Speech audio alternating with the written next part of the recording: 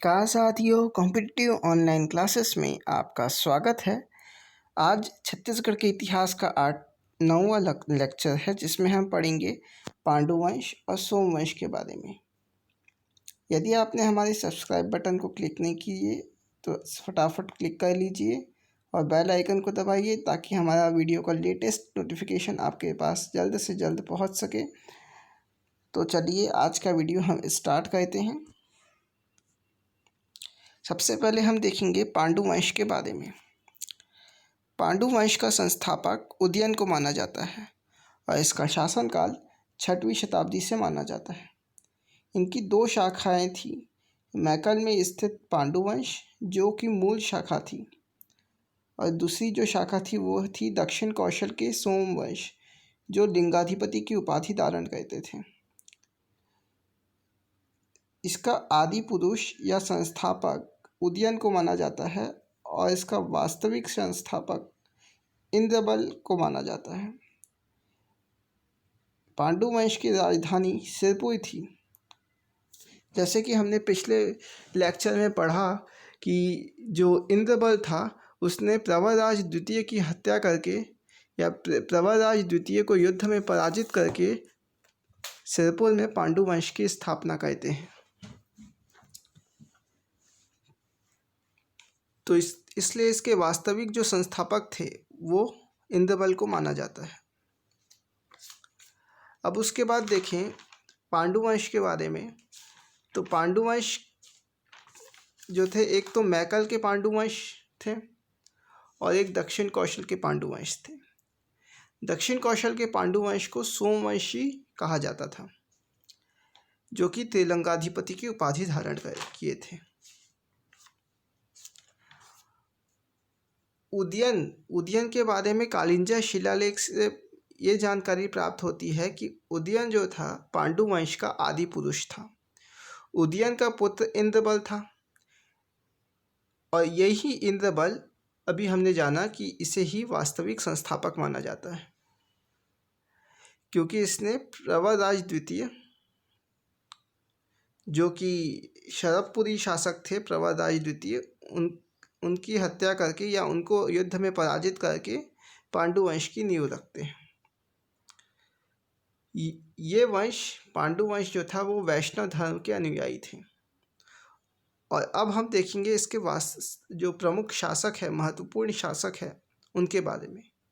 सबसे पहले हमने दो शासकों के बारे में चर्चा की। पहले थे उदयन, दूसरे थे इंद्रबल। इंद्रबल के बाद आते हैं नंदराज प्रथम।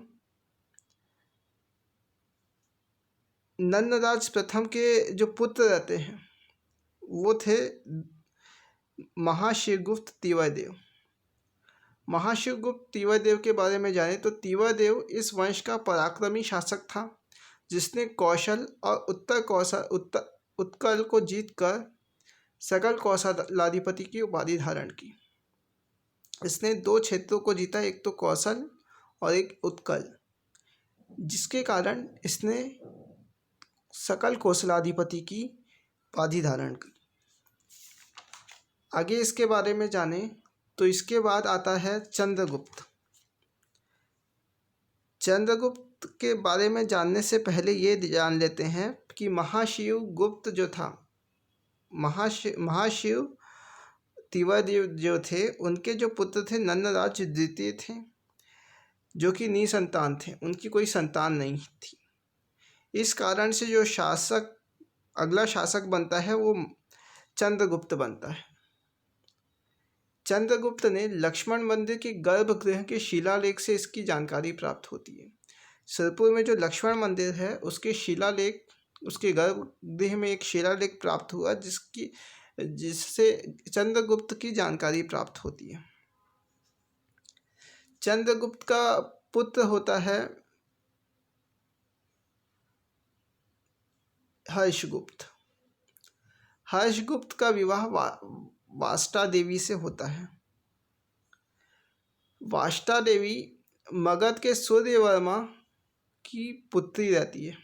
मगध का एक वंश है मौखरी वंश, जिसके राजा थे सूर्यवर्मा, उनकी पुत्री रहती है वाष्टा देवी।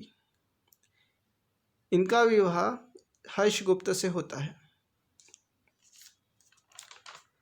तो हर्षगुप्त के बारे में अभी हमने जाना कि मगध के मौखरी शासक सूर्यवर्मा की पुत्री वास्ता देवी से इनका विवाह होता है। यह छत्तीसगढ़ का प्रथम शासक था जिसने त्रिलिंगाधिपति उपाधि धारण की थी। वस्तुतः यह उपाधि जो थी, जो उड़ीसा के सोमवंशी थे वे धारण करते थे। हर्षगुप्त की अकस्मात अचानक मृत्यु हो जाती है, जिसके बाद उनका पुत्र महाशिवगुप्त बालार्जुन जो है वो गद्दी पर बैठता है। परंतु उस समय महाशिवगुप्त बालार्जुन अल्पवयस्क रहता है, उनकी आयु कम रहती है, जिसके कारण वास्ता देवी जो है उनकी संरक्षिका के रूप में शासन करती है। तो इसलिए वास्ता देवी को छत्तीसगढ़ की प्रथम महिला संरक्षिका कहा जाता है।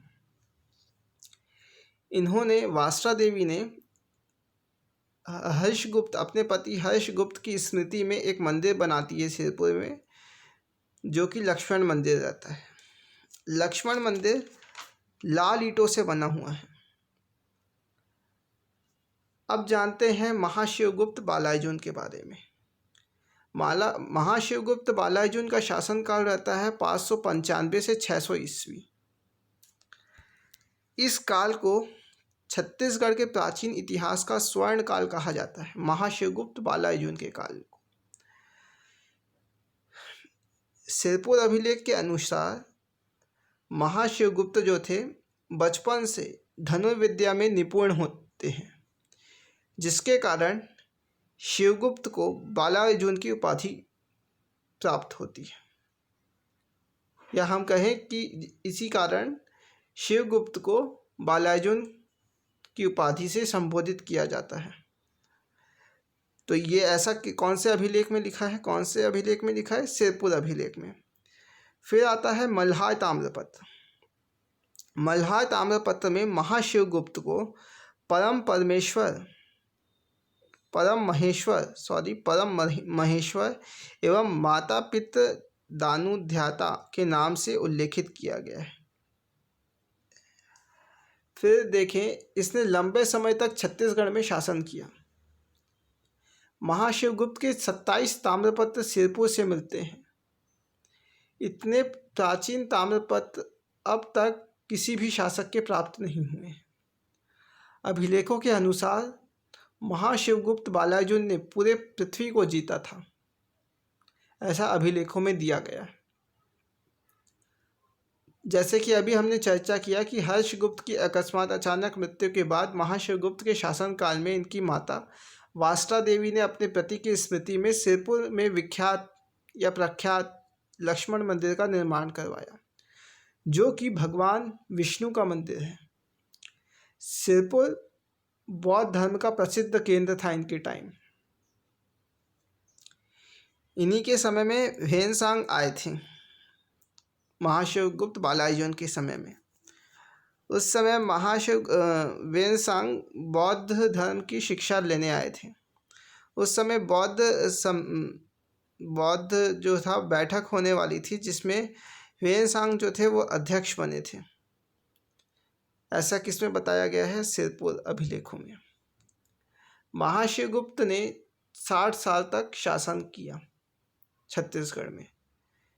ये एकमात्र ऐसे शासक थे, पांडु वंश के एकमात्र ऐसे शासक थे महाशिवगुप्त बालार्जुन, जिन्होंने शैव धर्म को अपनाया था या शैव धर्म के अनुयायी थे। परंतु ये बाकी धर्मों का भी संरक्षण करते थे। जैसे इस समय बौद्ध धर्म, सिरपुर में बौद्ध धर्म का प्रसिद्ध केंद्र था, और इन्हीं के काल में जो लक्ष्मण मंदिर, जो कि भगवान विष्णु का मंदिर है, वो भी बना। तो इसी के प्रसिद्धि, अभी हमने जैसे चर्चा किया कि इसी के समय प्रसिद्ध जो चीनी यात्री है ह्वेनसांग 639 ईस्वी में सिरपुर की यात्रा में आया था। तो ह्वेनसांग ने इस क्षेत्र का वर्णन कियास्लो के नाम से किया है। कियास्लो का अर्थ है, कियास्लो किसे कहा गया है? हेनसांग ने किसे कहा है किया स्लो? दक्षिण कौशल को। तो इसी समय दो बौद्ध विहार बने थे, एक तो आनंद प्रभु कुटी विहार और एक स्वास्तिक विहार, इन्हीं के समय बने थे। बालाइजुन ने सिरपुर में, जो महाशिवगुप्त बालाइजुन थे, इन्होंने एक मंदिर का निर्माण किया सिरपुर में, जो कि गंधेश्वर महादेव का मंदिर था। महाशिवगुप्त जो थे वो वर्धन वंश के हर्षवर्धन, जो उत्तर भारत में मौखरी शासक थे, हर्षवर्धन वर्धन वंश के जो थे, हर्षवर्धन के समकालीन थे। कन्नौज के जो हर्षवर्धन थे, उत्तर भारत के कन्नौज के जो हर्षवर्धन थे, उनके समकालीन थे महाशिवगुप्त बालार्जुन। तो इसलिए हमने पहले ही बता दिया था, इसलिए महाशिवगुप्त का काल छत्तीसगढ़ का स्वर्ण काल कहलाता है, क्योंकि यहाँ सर्वाधिक प्रसिद्धि हुई, स्वर्ण सिक्के जारी हुए और अभिलेख मिले, चीनी यात्री आए, बौद्ध संगति हुई, बौद्ध संगति नहीं कह सकते, बौद्ध सम्मेलन एक बैठक टाइप का हुआ था। बालार्जुन जो थे, धार्मिक कट्टरता की जगह धार्मिक सहिष्णुता पर बल दिया, जैसे हमने पहले ही बताया था इनके बारे में। तो अब अगला जो वंश आता है वो है सोमवंश। तो सोमवंश के बारे में जानते हैं।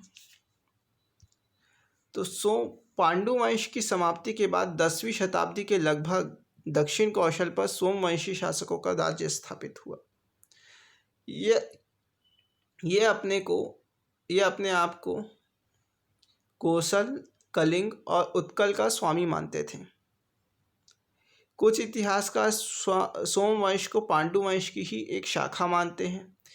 इसी वंश का जो पहला शासक हुआ वो था शिवगुप्त। शिवगुप्त को इस वंश का संस्थापक माना जाता है। जो शिवगुप्त था वो बहुत ही प्रतापी शासक था और इसकी राजधानी जो बनी इसकी राजधानी थी ययाति नगर सिरपुर, और इनकी जो भाषा प्रचलित थी वो थी संस्कृत भाषा। और राजमुद्रा के बारे में जाने तो इनकी राजमुद्रा में लक्ष्मी का अंकन था, लक्ष्मी का, जो माता लक्ष्मी है उनका चित्र अंकित था। इनके बाद जन्मेजय महाभवगुप्त जो जिनका नाम था जन्मेजय महाभवगुप्त, वो शासक बनते हैं, जिसने उड़ीसा को जीतकर त्रिकलिंग गाधिपति की उपाधि धारण करते हैं। जन्मेजय महाभवगुप्त जो थे, महाभवगुप्त प्रथम, इसने कौशल के राजा बने। फिर शिवगुप्त के बाद इसने उड़ीसा को जीतकर त्रिकलिंगाधिपति का उपाधि धारण किया। महाभवगुप्त के 13 ताम्रपत्र प्राप्त हुए, जिसमें महाराजाधिराज, सोमकुल तिलक, पदमेश्वर जैसी उपाधियों का उल्लेख किया गया है। दक्षिण कौशल के राजा राजेंद्र चोल ने कौशल तथा उत्कल को जीतकर अपने आधिपत्य में ले लिया। बाद में परवर्ती सोमवंशी शासक महाभवगुप्त ने अपने राज्य क्षेत्र को पुनः प्राप्त कर लिया। इन्हीं के समय एक दक्षिण के राजा रहते हैं राजेंद्र चोल। इन्होंने कौशल और उत्कल पर आक्रमण करके जीत प्राप्त कर ली, परंतु जो सोमवंशी शासक थे जिनका नाम महाभवगुप्त था, उन्होंने वापस अपने राज्य को हथिया लिया या पुनः प्राप्त कर लिया कहें तो। अब ज़्यादा इसके बारे में चर्चा ना करके हम आगे की ओर बढ़ते हैं। जो महत्वपूर्ण पॉइंट थे वो हमने जान लिया। जो आगे का इस वंश का अंतिम शासक है उसके बारे में जानते हैं। उसका नाम है उद्योग केसरी। उद्योग केसरी को महाभवगुप्त चौथा के नाम से जानते हैं। उद्योग केसरी को किसी के नाम से जानते हैं? महाभवगुप्त फोर्थ। मतलब इसके पहले भी जो 3 शासक हुए हैं, एक तो प्रथम हमने पढ़ा, फिर उसके बाद और 2 शासक हुए हैं महाभवगुप्त के नाम से ही, जिनका कुछ खास उल्लेख नहीं मिलता। उद्योग केसरी के राजस्व काल 11वीं सदी में दक्षिण कौशल पर त्रिपुरी के कलचुरी वंश की लहुरी शाखा ने अधिकार स्थापित कर लिया। 11वीं सदी में आते आते जो दक्षिण कौशल पर त्रिपुरी के कलचुरी जो थे, उन्होंने अपनी लहुरी शाखा का अधिकार स्थापित कर लिया। तो इसी वंश के साथ इस वंश के बारे में इतना ही रहता है। तो आज का वीडियो जो था वो यहीं तक था, जिसमें हमने देखा पांडु वंश और सोमवंश के बारे में। जो जो महत्वपूर्ण पहलू थे उसके ऊपर हमने चर्चा की आज, जो कि परीक्षा के पॉइंट ऑफ व्यू से बहुत ही महत्वपूर्ण है। तो चलिए आज का लेक्चर हम यहीं ख़त्म करते हैं। अगर आपको पसंद आए तो लाइक कीजिए और ज़्यादा से ज़्यादा शेयर कीजिए। आप शेयर नहीं करते हैं, ज़्यादा से ज़्यादा शेयर कीजिए वीडियो को और सब्सक्राइब बटन पे क्लिक कीजिए। चलिए, okay, thank you for watching.